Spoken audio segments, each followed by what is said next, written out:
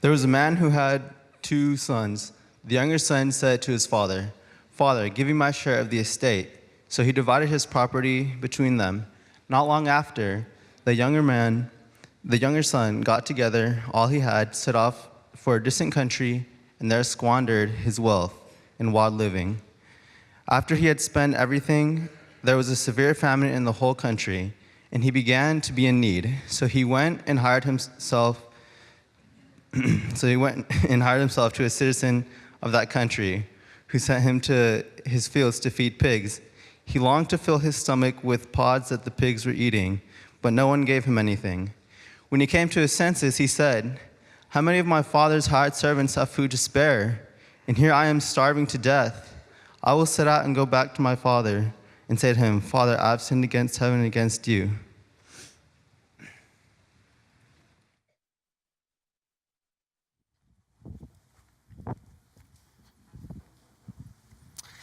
Well, good morning. My name is Bryan, and I'm the senior pastor of the Walla Walla University Church. And I have to tell you, I feel at home here. Next to me in my office is a Texan by the name of Jennifer. I teach with a Texan by the name of Bob. And I have a contrarian 6-year-old son named William, who's a fan of the Dallas Cowboys. No. I'm a lifelong fan of the Washington Redskins, you see. This is a father's pain here. So many of the things at my home are truly Texan, so it is good to be here with you. Why did he leave? This is the core question that we must first ask in this marvelous story that Jesus tells in Luke chapter 15. Why did the boy leave?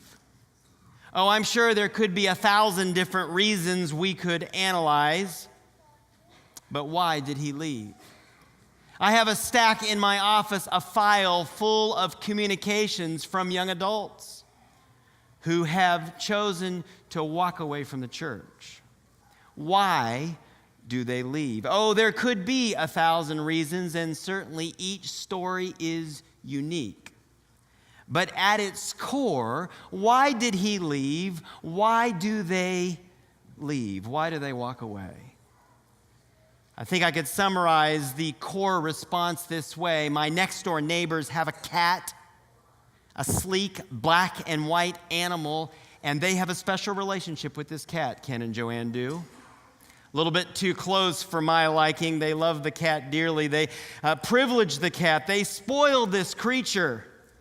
But you know what happens? The cat never gives us the time of day. But I tell you the truth this morning. The moment that their car pulls out of the driveway for a trip, a day, a weekend, a week, 2 summers ago, they were gone for 2 months. When they are set to leave, that cat that will never give us the time of the day marches itself over to our house, starts to whine and fuss and claws against the door and rubs itself against your leg and wants all of your attention. And you know what happens the minute that my next door neighbors come back home? When their garage door opens up and they re-enter that house, that cat marches right away from our house and back into its home. Why do I tell you this story? I think this summarizes why they leave.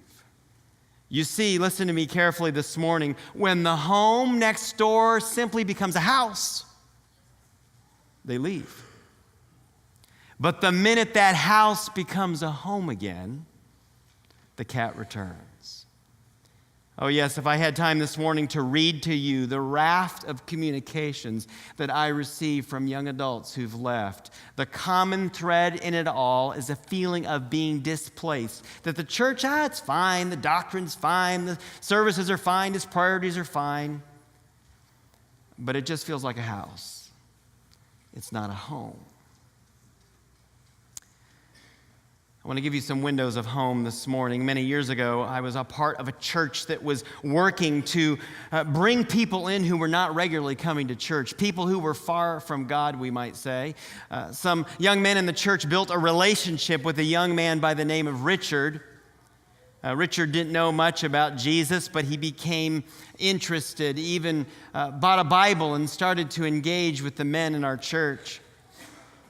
Richard was addicted to everything. If you could be addicted to it, he was. All sorts of problems. And among those was an addiction to tobacco. I'll never forget the Sabbath morning. I'm standing at the front of the church, greeting people as they're coming in. And then on the other side of the parking lot, I watch as Richard pulls up in his broken down car, this teenager. I watch him emerge from the car. He begins to quickly make his way across the parking lot, and then he begins to run.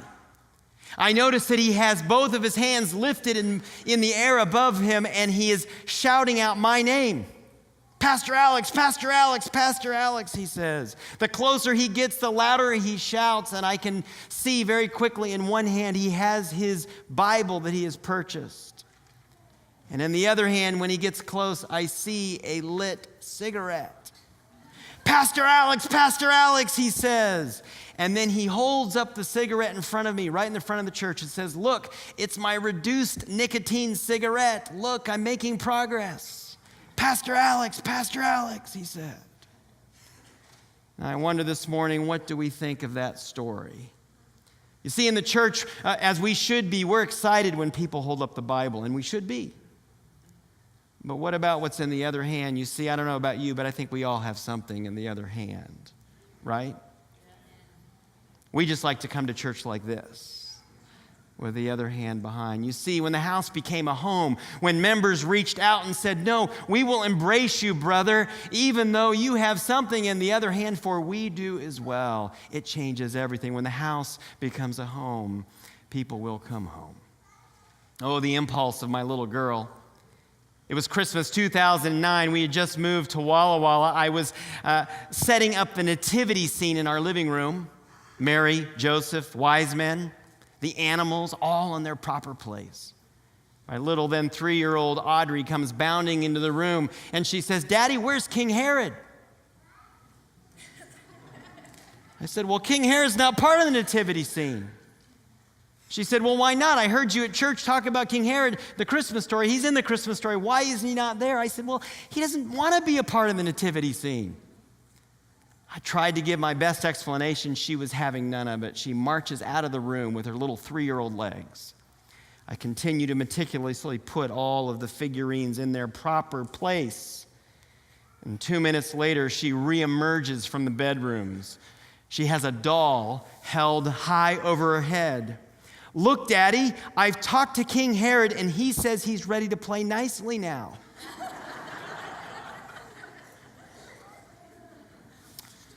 And in the year of our Lord 2009, the Bryans of Walla Walla, Washington, USA, had King Herod grace our nativity scene.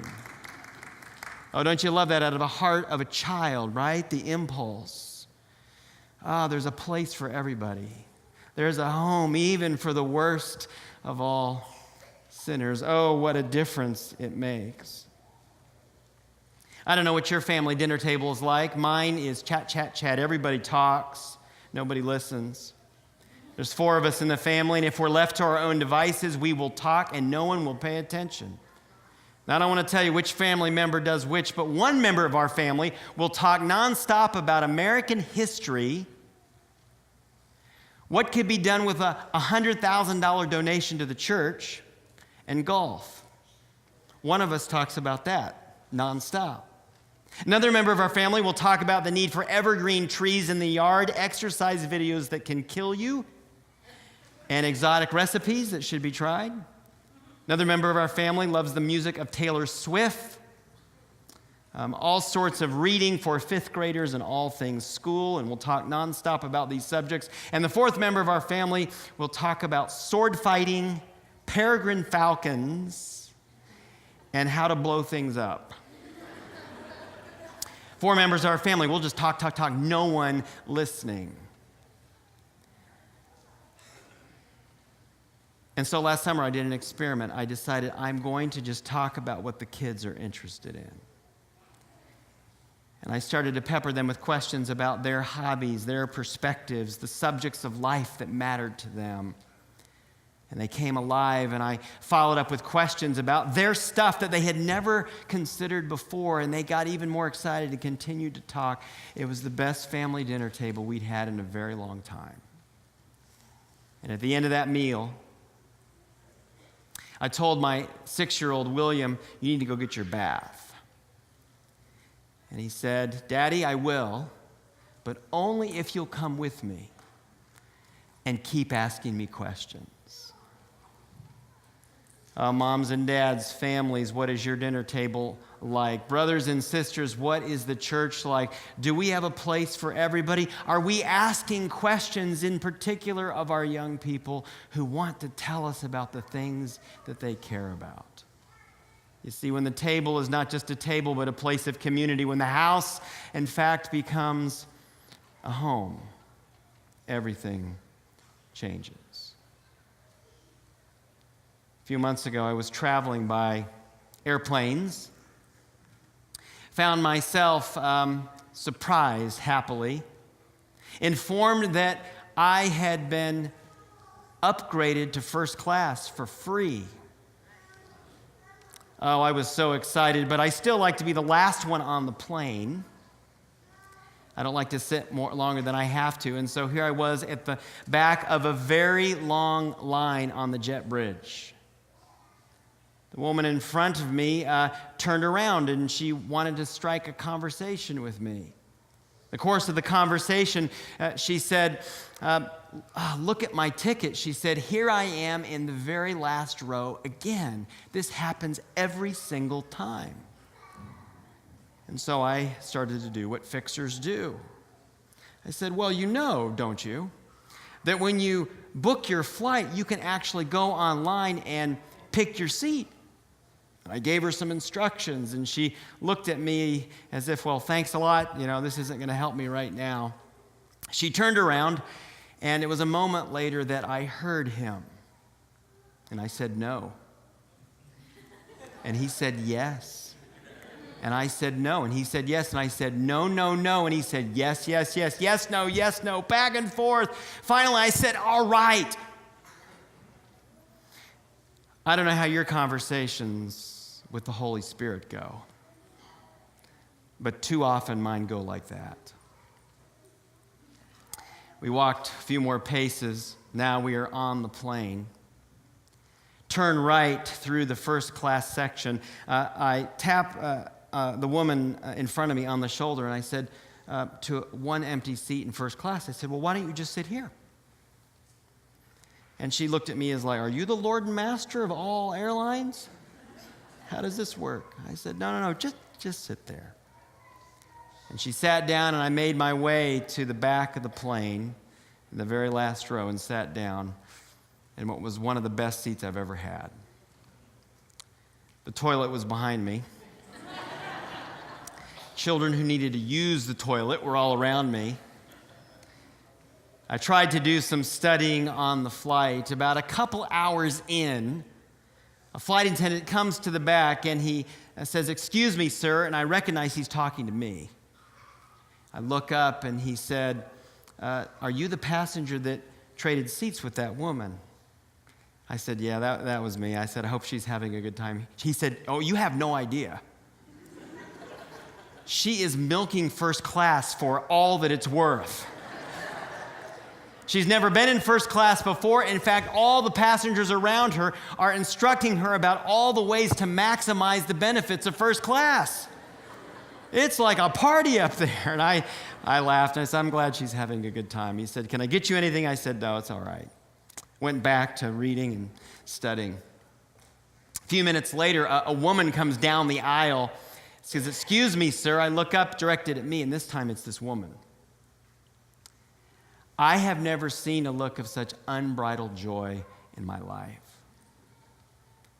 She said, thank you so much. I'm having such a great time. I said, I'm glad. And she handed me a piece of paper, and I put it on my Bible. She walked back up to the front of the plane. I never saw her again, mainly because she left the plane 45 minutes before I actually got to leave the plane. I think I actually deplaned the next day, or something. But shortly after that, I picked up the note, and I think we have a picture of it here, don't we, this morning?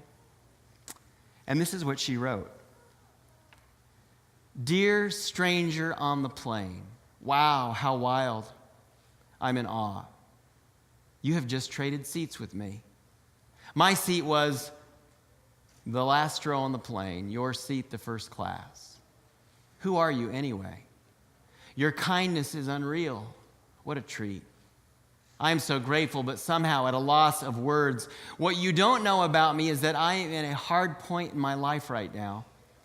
I spent the hour before boarding our Denver flight in tears while waiting. Your gracious gift to an unknown traveler made my day. It also made my bucket list and created an experience I will remember forever. Thank you, Katie. And then tucked inside the note was her ticket.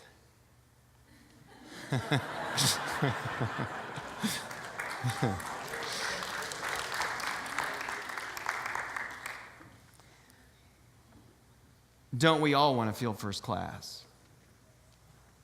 Don't we all want to feel like we're valued? Don't we all want to feel at home?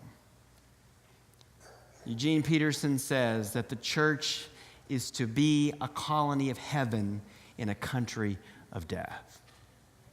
The church is to be a home in a world where we build just lots of houses. Why did he leave? Why do they leave? I suspect it's because we are too much house and not enough home. And how do we get them back? I believe it is the reverse. Yes, when the house becomes a home again. May it be so.